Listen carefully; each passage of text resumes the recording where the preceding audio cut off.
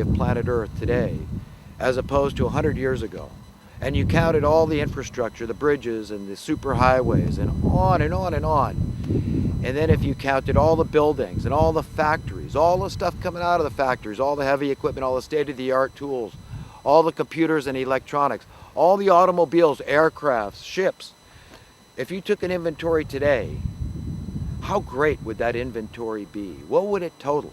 So the wealth of this planet has expanded dramatically. And who is the primary driver? Who is the primary cause of that wealth?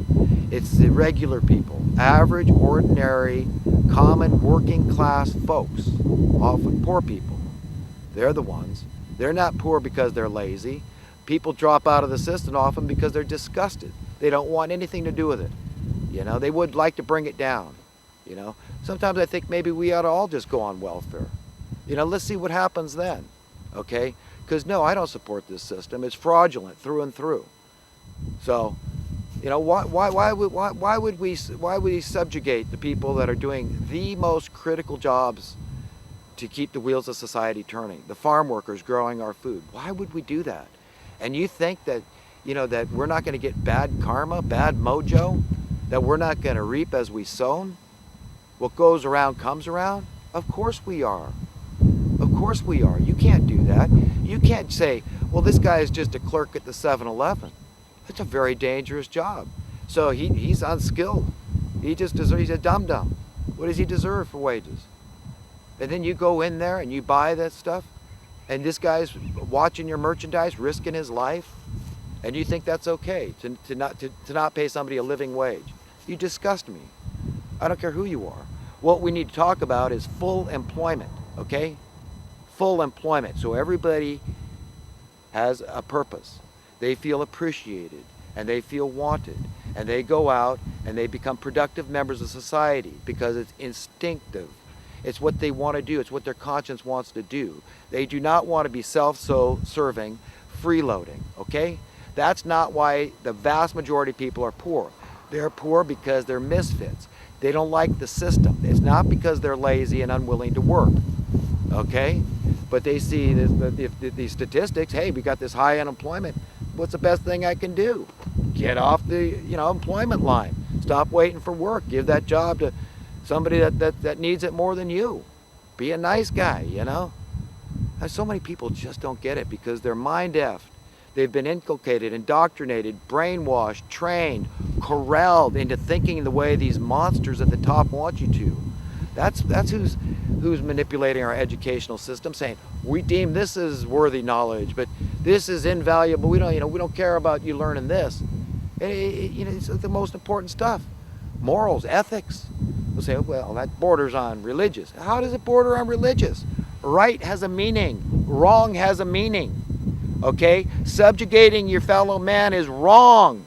It's never right. Ever. Never has been, is not today, and never will be. Do you get it? Do you get how simplistic what I'm trying to convey to you is? Okay? I'm opposed to poverty. I believe in prosperity, but I believe in universal prosperity. And I believe it's not because of my decree or the decree of any man or group of men or individuals, but it is a decree from God Almighty, okay?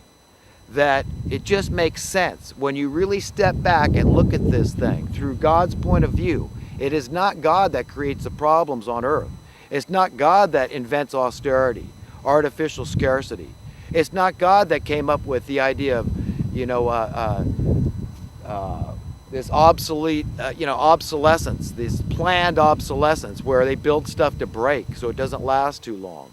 It's about consumerism, about making money, about keeping people on the hook, in perpetuity. That's it. It's all about that, folks.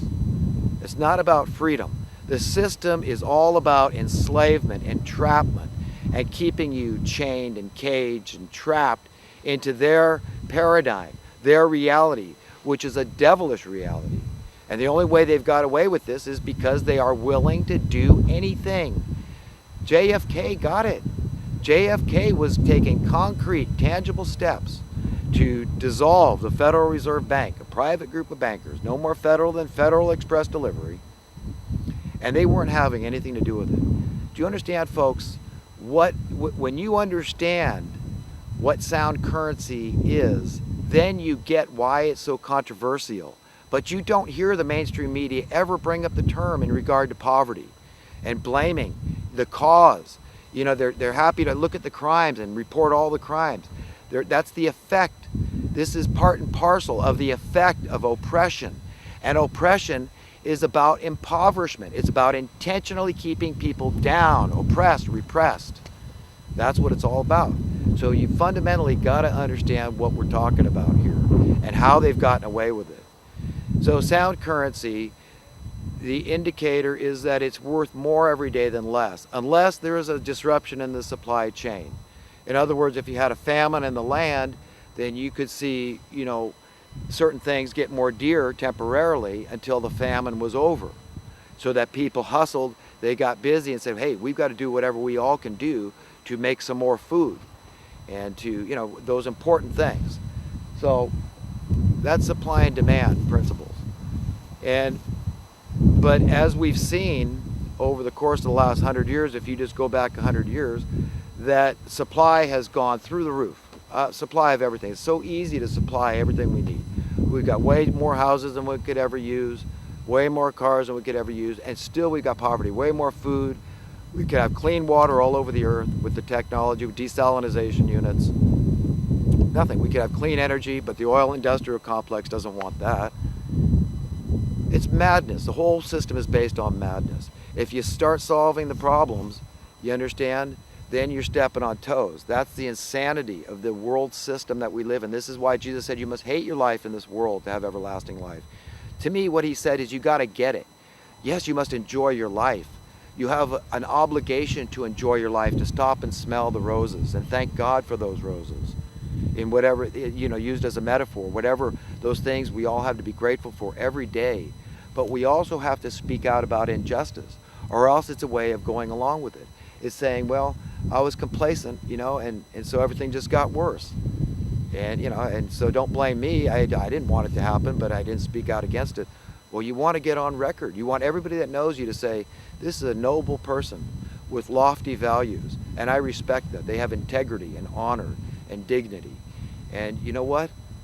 And I like that. I like that in a person. So you'll be well liked. If you are somebody, you'll be true to yourself. And being true to yourself means speaking out against injustice. You've got to sting the ears of those committing the injustice.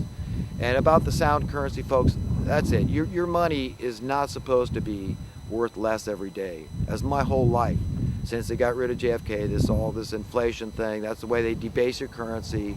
They keep you not only running in the sand, but they keep you running in the sand, and actually you end up going backwards, you know, as a metaphor for, you know, people trying to get ahead, you know, trying to save up enough to buy their own place. They keep raising the bar higher and higher through debasement of the currency. They just print as much as they want, so they don't care. So if the money's worth half as much next year as this year, what do they care? Then they just print 10 times as much for their own good, so, you know, they can't lose. And it's just, you've got to understand how preposterous that is, that notion is. It's just criminality. It's open, in-our-face criminality they get away with because they've trained us to believe, well, you can't do anything about it.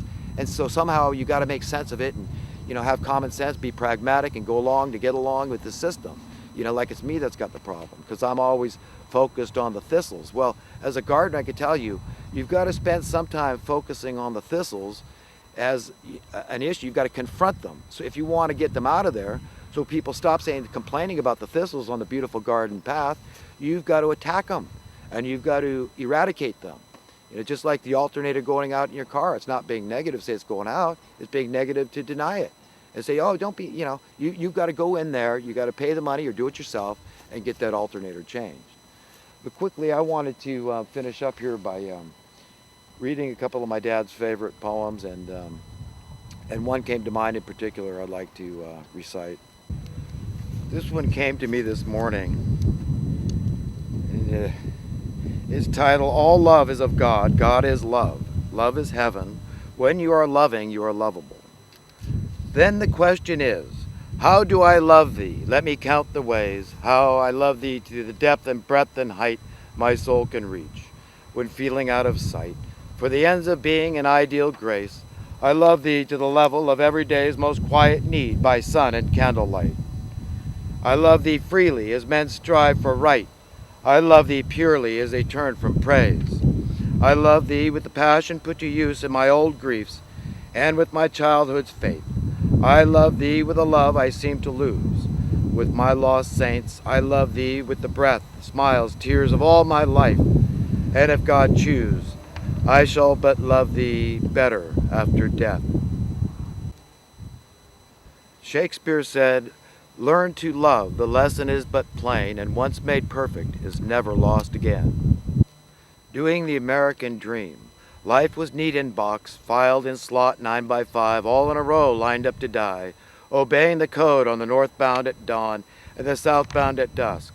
The civilized code laid down by the Bureau of Standards for the standard would-be man, in silk tie and shiny shoes, with gin and tonic to come alive after 5.